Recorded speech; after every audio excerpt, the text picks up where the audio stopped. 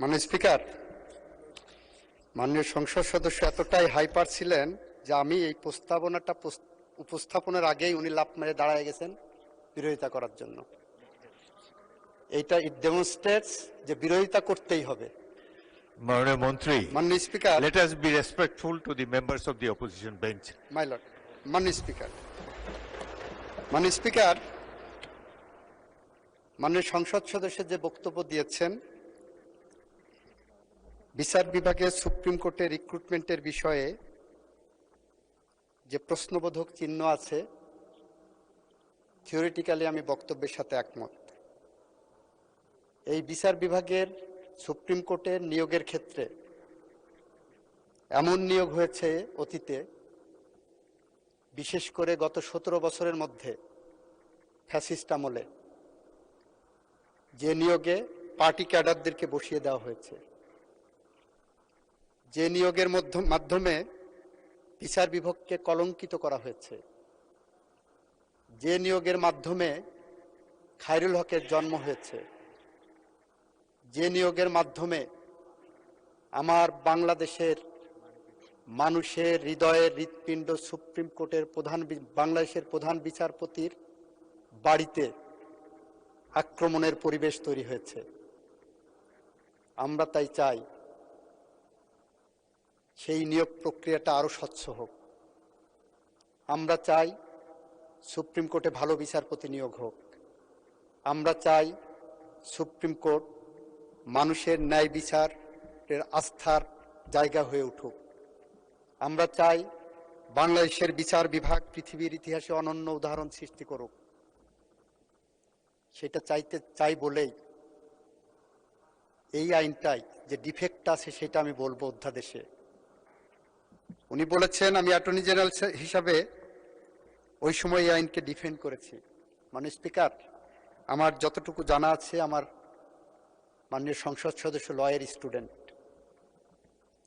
Student হিসাবে ওনার একটু জানা দরকার। একজন আইনজীবী, অ্যাটর্নি জেনারেল একজন আইনজীবী, রাষ্ট্রের আইনজীবী, সরকারের ব্রিফ ক্যারি করেন, ইনস্ট্রাকশন ফলো করেন। আমি যখন কথা বলি আদালতে অ্যাটর্নি জেনারেল হিসেবে, তখন সরকারের কথা বলি, সরকার আমার মক্কেলের কথা বলি। আমি আমার মক্কেলের পক্ষে কথা বলেছি।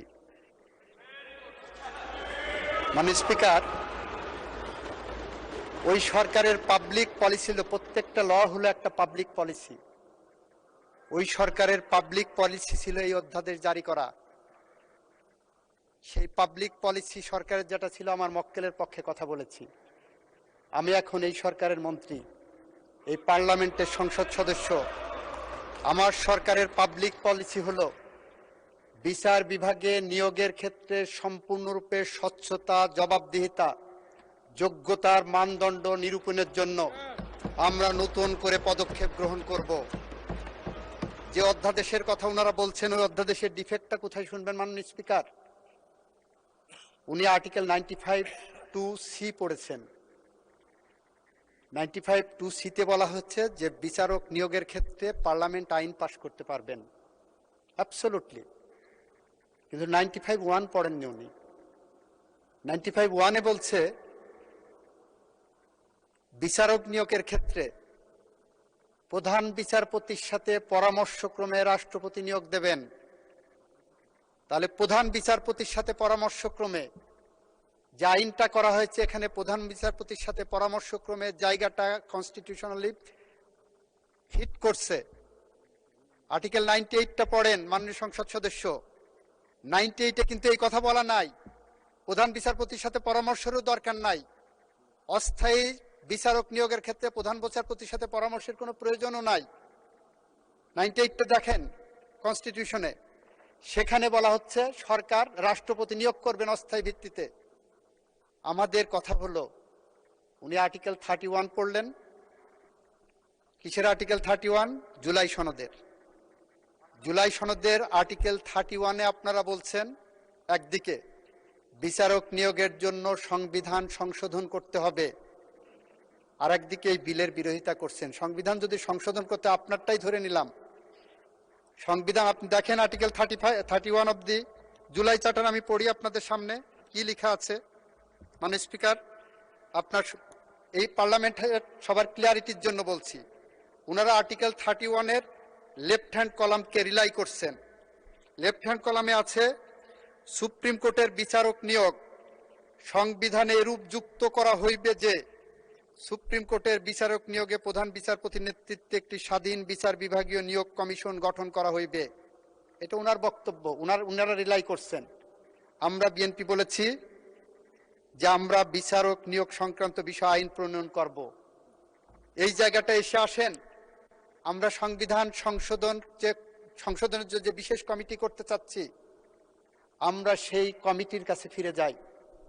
সেই কমিটির কাছে যে আপনি যে আইনটার কথা বলছেন, আপনি বিচারক নিয়োগের যে স্বচ্ছতার কথা বলছেন, আপনি যে মানদণ্ডের বিচারক চান, আপনি যে সুপ্রিম কোর্ট চান, আপনি যে বিচার বিভাগের মানদণ্ড চান, আপনি যে বিচারালয় চান, আমরাও সেই বিচারালয় চাই। আমরা চাই না বাংলাদেশে আর কোনো মানিকের জন্ম হোক, আমরা চাই না বাংলাদেশে আর কোনো খায়রুল হক গজায় উঠুক, আমরা চাই না আর কোনো বিচার বিভাগীয় কিলিং হোক। আমরা চাই এই বিচার বিভাগ স্বচ্ছ, স্বাধীন, স্বকীয়তায় ভরপুর হোক। আমরা চাই রাষ্ট্রের 3 বিভাগের মধ্যে সমন্বয় থাক। আমরা চাই যার যার ফাংশন সেই করুক। আমরা চাই জুলাই গণ অভ্যুত্থানের মধ্য দিয়ে দেওয়া রক্তের ঋণ পরিশোধ করতে।